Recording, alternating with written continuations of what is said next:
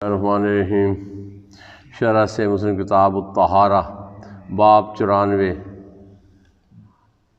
السواک، مسواک کا بیان۔ حضرت ابو ہریرہ رضی اللہ تعالیٰ عنہ بیان کرتے ہیں کہ رسول اللہ صلی اللہ علیہ وسلم نے فرمایا، اگر مجھے مسلمانوں پر دشوار معلوم نہ ہوتا، اور ایک روایت میں اگر مجھے اپنی امت پر دشوار نہ ہوتا تو میں ان کو ہر نماز کے وقت مسواک کرنے کو حکم دیتا۔ حضرت شریح بیان کرتے ہیں کہ میں نے حضرت عائشہ صدیقہ رضی اللہ تعالیٰ عنہ ام المومنین سے پوچھا کہ رسول اللہ صلی اللہ علیہ وسلم گھر میں داخل ہونے کے بعد سب سے پہلے کیا کام کرتے تھے؟ حضرت عائشہ صدیقہ رضی اللہ تعالیٰ عنہ ام المومنین نے فرمایا، مسواک۔ حضرت شریح بیان کرتے ہیں کہ حضرت عائشہ صدیقہ رضی اللہ تعالیٰ عنہ ام المومنین نے فرمایا کہ نبی کریم صلی اللہ علیہ وسلم گھر میں داخل ہونے کے بعد سب سے پہلے مسواک کیا کرتے تھے۔ حضرت ابو موسیٰ رضی اللہ تعالیٰ عنہ بیان کرتے ہیں کہ میں نبی کریم صلی اللہ علیہ وسلم کی خدمت میں حاضر ہوا اور مسواک کی ایک طرف آپ کی زبان مبارک پر تھی۔ حضرت حذیفہ رضی اللہ تعالیٰ عنہ بیان کرتے ہیں کہ رسول اللہ صلی اللہ علیہ وسلم جب تہجد پڑھنے کے لیے اٹھتے تو منہ مبارک کو مسواک کے ساتھ صاف کیا کرتے تھے۔ حضرت حذیفہ رضی اللہ تعالیٰ عنہ بیان کرتے ہیں کہ رسول اللہ صلی اللہ علیہ وسلم جب رات کو اٹھتے تو مسواک کرتے تھے۔ حضرت حذیفہ رضی اللہ تعالیٰ عنہ بیان کرتے ہیں کہ رسول اللہ صلی اللہ علیہ وسلم جب رات کو اٹھتے تو مسواک سے منہ صاف کرتے تھے۔ حضرت ابن عباس رضی اللہ تعالیٰ عنہ بیان کرتے ہیں کہ ایک رات کو رسول اللہ صلی اللہ علیہ وسلم کے پاس رہے، رات کے آخری حصہ میں نبی اکرم صلی اللہ علیہ وسلم اٹھے، سورہ آل عمران کی آیت ان فی خلق السماوات والارض واختلاف اللیل والنہار سے فقنا عذاب النار تک پڑھی۔ پھر رسول اللہ صلی اللہ علیہ وسلم گھر لوٹ گئے، پھر آپ سے مسواک کے وضو کیا، پھر آپ صلی اللہ علیہ وسلم کھڑے ہو کر نماز پڑھی، پھر آپ صلی اللہ علیہ وسلم لیٹ گئے، پھر کھڑے ہوئے اور آسمان کی طرف دیکھا، پھر یہ آیت دوبارہ پڑھی، پھر مسواک کے وضو کیا اور پھر کھڑے ہو کر نماز پڑھی۔ مسواک کا لغوی اور شرعی معنی۔ علامہ یحییٰ بن شرف نووی شافعی لکھتے ہیں، ائمہ لغت نے کہا ہے کہ لکڑی سے دانتوں کو صاف کرنے کے فعل کو سواک کہتے ہیں، اور سواک اس لکڑی کو بھی کہتے ہیں۔ علماء کی اصطلاح میں لکڑی یا اس کی مثل کسی چیز سے دانت صاف کرنے کو سواک کہتے ہیں، جسے دانتوں کا میل یا پیلاہٹ زائل ہو جائے۔ مسواک کے متعلق احکام شرعیہ۔ مسواک کرنا سنت ہے اور کسی حال میں بھی واجب نہیں ہے، نماز میں نہ غیر نماز میں، اس پر علماء کا اجماع ہے۔ علامہ ماوردی نے لکھا ہے کہ داؤد ظاہری نے کہا ہے کہ مسواک کرنا واجب ہے، لیکن اس کو ترک کرنے سے نماز باطل نہیں ہوتی، اور امام اسحاق بن راہویہ سے منقول ہے کہ مسواک کرنا واجب ہے اور اس کو عمداً ترک کرنے سے نماز باطل ہو جائے گی۔ ہمارے فقہاء میں سے ابو حامد نے کہا ہے کہ داؤد ظاہری سے یہ نقل صحیح نہیں، اور یہ نقل صحیح ہو تو اس کی مخالفت سے اجماع پر کوئی اثر نہیں پڑے گا، اور امام اسحاق سے جو وجوب کا قول نقل کیا گیا وہ صحیح نہیں ہے۔ مسواک کرنا تمام اوقات میں مستحب ہے، لیکن جب ذیل 5 اوقات میں مسواک کرنا زیادہ مستحب ہے۔ نمبر 1، نماز پڑھنے کے وقت خواہ پانی سے طہارت حاصل کی ہو یا تیمم سے، یہ امام شافعی کے نزدیک ہے۔ نمبر 2، وضو کرنے کے وقت۔ نمبر 3، قرآن مجید کی تلاوت کے وقت۔ نمبر 4، نیند سے بیدار ہونے کے وقت۔ نمبر 5، جب منہ کی بو متغیر ہو، خواہ کھانے پینے سے یا کسی بدبودار چیز کے کھانے سے، زیادہ دیر خاموش رہنے کی وجہ سے یا زیادہ باتیں کرنے کی وجہ سے۔ امام شافعی کا مذہب یہ ہے کہ روزہ دار کے لیے زوال کے بعد مسواک کرنا مکروہ ہے، تاکہ روزہ دار کے منہ کی بو جو مستحب ہے وہ زائل نہ ہو جائے۔ پیلو کے درخت کی لکڑی سے مسواک کرنا مستحب ہے، اور ہر وہ چیز جس کے استعمال کرنے سے منہ صاف ہو جائے، اس سے منہ صاف کرنا مستحب ہے، خاص سخت کپڑا ہو، کوئی جڑی بوٹی ہو یا انگلی سے صاف کرے۔ منجن اور ٹوتھ پیسٹ بھی اس میں داخل ہیں، اور مستحب یہ ہے کہ متوسط لکڑی سے مسواک صاف کیجیے، جو بہت سخت ہو نہ بہت نرم، اور مستحب یہ ہے کہ دانتوں میں ارزن مسواک کی جائے، طولاً مسواک نہ کی جائے، تاکہ دانتوں پر لگے ہوئے گوشت سے خون نہ نکلے، اور اگر اس کے برخلاف طولاً مسواک کی تو ہر چند کی مکروہ ہے، لیکن مسواک کے حکم پر عمل ہو جائے گا۔ نیز مستحب یہ ہے کہ دانتوں کے اطراف اور داڑھوں پر مسواک کی جائے، اور حل کی چھت پر بھی مسواک کیجیے، اور یہ بھی مستحب ہے کہ پہلے دائیں جانب پھر بائیں جانب مسواک کیجیے۔ یہ بھی مستحب ہے کہ بچوں کو مسواک کرنے کی عادت ڈالی جائے۔ علامہ بدر الدین عینی حنفی لکھتے ہیں مسواک کرنا سنت موقدہ ہے، کیونکہ نبی پاک صلی اللہ علیہ وسلم دن اور رات مسواک کرنے پر دائمی عمل کرتے تھے، اور مسواک کے استحباب پر اجماع ہے۔ حتیٰ کہ امام اوزاعی نے کہا مسواک کرنا وضو کا جز ہے، اور بکثرت احادیث میں اس پر دلالت ہے کہ مسواک کرنے پر نبی پاک صلی اللہ علیہ وسلم کا دائمی عمل تھا۔ اس سلسلہ میں سب سے قوی اور سب سے صحیح حدیث یہ ہے کہ امام بخاری نے حضرت عائشہ صدیقہ رضی اللہ تعالیٰ عنہ ام المومنین سے روایت کیا ہے کہ حضرت عبد الرحمن بن ابی بکر رضی اللہ تعالیٰ عنہ نبی پاک صلی اللہ علیہ وسلم کی خدمت اقدس میں حاضر ہوئے۔ اس وقت آپ صلی اللہ علیہ وسلم میرے سینہ مبارک سے ٹیک لگائے ہوئے تھے۔ حضرت عبد الرحمن رضی اللہ عنہ کے پاس ایک تازہ مسواک تھی جس کے ساتھ وہ دانت صاف کر رہے تھے۔ رسول اللہ صلی اللہ علیہ وسلم ان کو ٹک باندھ کر دیکھ رہے تھے۔ میں نے ان سے مسواک لی، اس کو کاٹا، اس کو صاف کیا، پھر وہ مسواک رسول اللہ صلی اللہ علیہ وسلم کو دی اور آپ نے مسواک کی۔ مسواک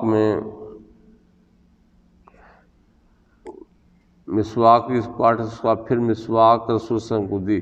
اب یہاں پہ جو ہے نا حدیث مبارکہ میں کہ یہ آقا پاک امجی عائشہ صدیقہ رضی اللہ تعالیٰ ہمیشہ اس پہ جو ہے نا خوش رہیں، اور آپ فرماتی تھیں کہ آقا پاک صلی اللہ علیہ وسلم کے آخری وقت میرا اور آقا پاک صلی اللہ علیہ وسلم کا لعاب مبارک اکٹھا ہو گیا، کیونکہ میں نے مسواک جو آپ کے بھائی نے آپ کو دی، اور آپ نے کاٹ کے جب اس کو نرم کرنا چاہا تو اپنے دانتوں مبارک کے ساتھ اس کو نرم کیا اور رسول اللہ صلی اللہ علیہ وسلم کی خدمت اقدس میں پیش کیا تھا۔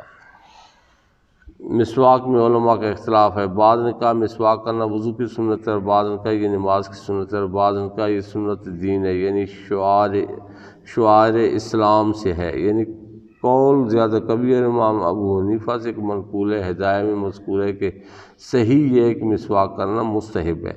اس طرح امام شافعی کے نزدیک ہے۔ ابن حزم نے کہا یہ سنت ہے، اور اگر ہر نماز کے لیے مسواک کرنا ممکن ہو تو یہ افضل ہے، اور جمعہ کے دن مسواک کرنا فرض لازم ہے۔ علامہ ابو حامد اصفرائینی اور علامہ ماوردی نے اہل زیر سے نقل کیا کہ مسواک کرنا واجب ہے، اور امام اسحاق کا قول ہے کہ اگر عمدن جان بوجھ کر مسواک کرنے کو ترک کیا تو نماز باطل ہو جائے گی۔ علامہ نووی نے کہا کہ امام اسحاق سے یہ نقل صحیح نہیں ہے۔ ہمارے نزدیک مسواک کرنے کا طریقہ یہ ہے کہ مسواک ارزن کی جائے، طولن نہ کی جائے۔ اب یہ حنفی ہے، ٹھیک ہے نا، ارزن ایسے کی جائے، ایسے نہ کی جائے، ٹھیک ہے۔ المغنی میں مذکور ہے کہ مسواک دانتوں اور زبان پر کی جائے۔ مسواک کرنے کی کوئی مقدار معین نہیں، جب دل مطمئن ہو جائے کہ منہ کی بدبو اور دانتوں کی پیلاہٹ دور ہو گئے تو بس کر دیں۔ مسواک کو دائیں ہاتھ سے پکڑے۔ مسواک کرتے وقت 3 بار پانی لینا مستحب ہے۔ مسواک کی لمبائی 1 باشت اور موٹائی 1 چنگلی کے برابر ہونی چاہیے۔ یہ 1 ہتھیلی اس جتنا، ہر بندے کی اپنی ہتھیلی کا سائز ہے، ٹھیک ہے نا، اتنا ہونا چاہیے، اور یہ چنگلی یہ موٹائی اس جتنی ہو، یہ افضل ہے، ٹھیک ہے نا۔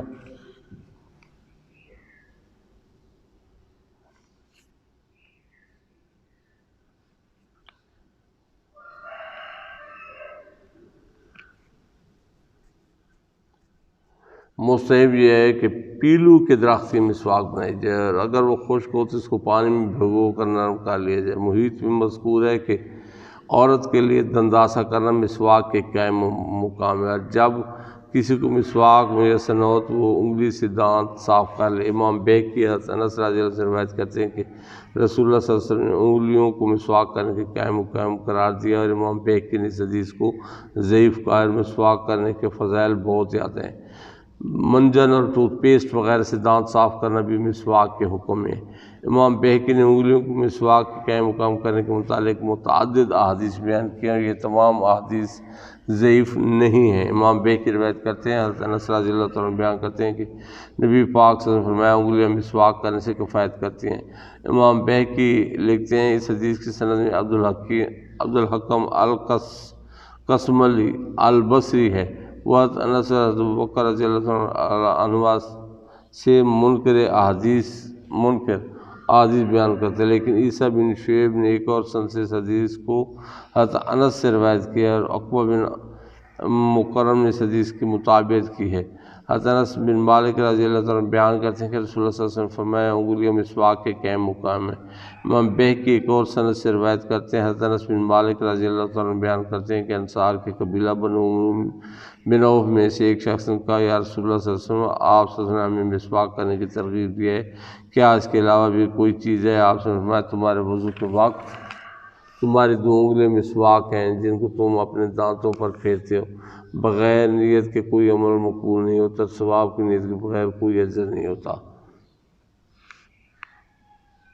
امام بہقی نے اس حدیث کے متعلق لکھا ہے کہ اس کی سند محفوظ ہے۔ حضرت انس رضی اللہ عنہ بیان کرتے ہیں کہ انگلی مسواک کے قائم مقام ہے۔ ان تمام احادیث سے یہ ظاہر ہو گیا کہ مخصوص لکڑی سے دانت صاف کرنا اسلام کا مطالبہ نہیں ہے، بلکہ رسول اللہ صلی اللہ علیہ وسلم کا اصل مقصود یہ ہے کہ مسلمان اپنے دانت صاف رکھیں، اس لیے منجن اور ٹوتھ پیسٹ وغیرہ سے دانت صاف کر لیے جائیں، تب بھی رسول اللہ صلی اللہ علیہ وسلم کے حکم پر عمل ہو جاتا ہے، اس سے سنت کا ثواب ملے گا۔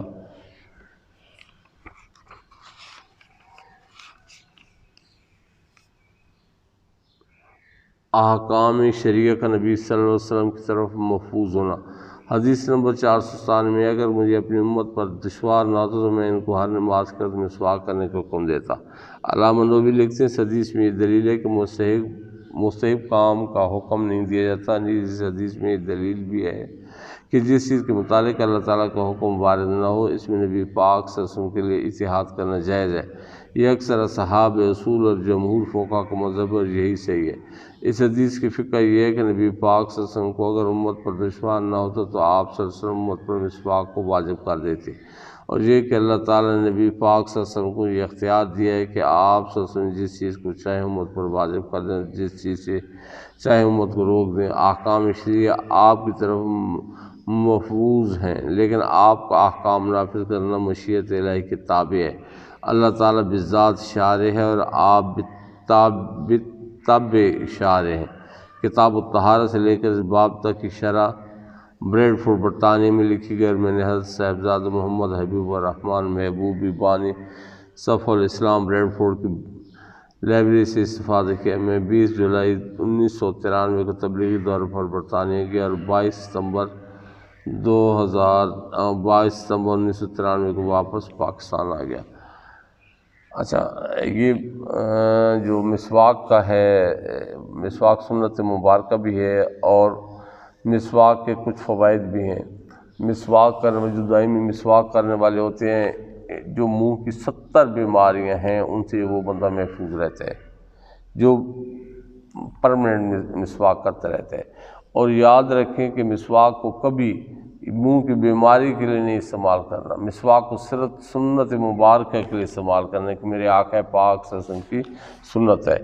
جس طرح وہ حدیث ہے نا کہ روشندان کیوں لگایا، صحابی سے پوچھا گیا تو انہوں نے عرض کی یا رسول اللہ اس میں سے ہوا اور روشنی، تو آقا پاک صلی اللہ علیہ وسلم اگر تمہاری نیت یہ ہوتی کہ اس میں سے آذان سنائی دے گی تو تمہیں ہوا اور روشنی تو آنی تھی، لیکن اس کے لگانے کی وہ تمہاری نیت کی وجہ سے جب تک یہ مقام قائم رہتا تمہیں اس کا ثواب ملتا۔ بالکل اسی طرح یہ مسواک جو ہے نا یہ سنت مبارکہ کے طور پہ کرنا ہے، تو جو بھی سنت مبارکہ کے طور پہ کرے گا اس کو منہ کی جتنی بیماریاں ہیں کوئی بھی بیماری لاحق نہیں ہوگی۔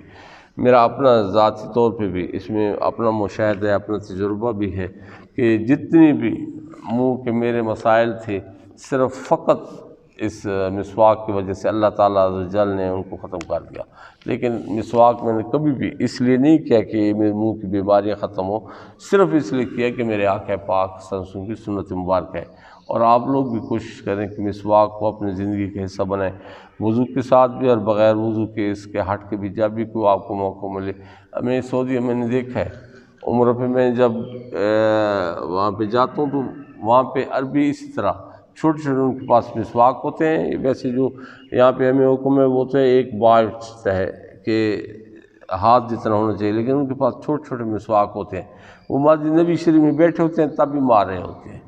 تو یہ جو ہے نا مسواک کو اپنی زندگی کا حصہ بنائیں، اور خصوص طور پہ جن لوگوں کو منہ کی بیماریاں یا منہ کی بو ہے جن میں، وہ اور جن کو بلکہ اس حد تک ہے کہ جو میرے پاس آتے ہیں جن کو منہ کا کینسر ہوتا ہے ان کو بھی یہی کہا جاتا ہے کہ آپ مسواک استعمال پر مل کر وہ ضرور آفاق ہوگا، یہ ہو ہی نہیں سکتا کہ ٹھیک نہ ہو، کیونکہ یہ سنت مبارک ہے اور اس میں کہا گیا ہے کہ اس کے منہ کے ساتھ یہ مسواک کرنے والے کی بیماریاں بھی ختم ہو جاتی ہیں۔ تو اللہ تعالیٰ ہم سب کو آسانی دے۔ اور پیلو کو درخت اگر کسی کو مہیا نہ ہو تو وہ یہ جو ہے نا اپنا عام یہاں پہ ملتے ہیں، زیتون کے مسواک ملتے ہیں، زیتون کے مسواک استعمال کریں، وہ نہیں ملتا تو کیکر کے استعمال کریں۔ بہرحال جو بھی لکڑی ہو جو بہت زیادہ نرم بھی نہ ہو اور بہت زیادہ سخت بھی نہ ہو، اس کے ساتھ آپ مسواک کیا کریں۔ اللہ تعالیٰ سب کو عمل کی توفیق عطا فرمائے۔ وما علینا الا البلاغ المبین۔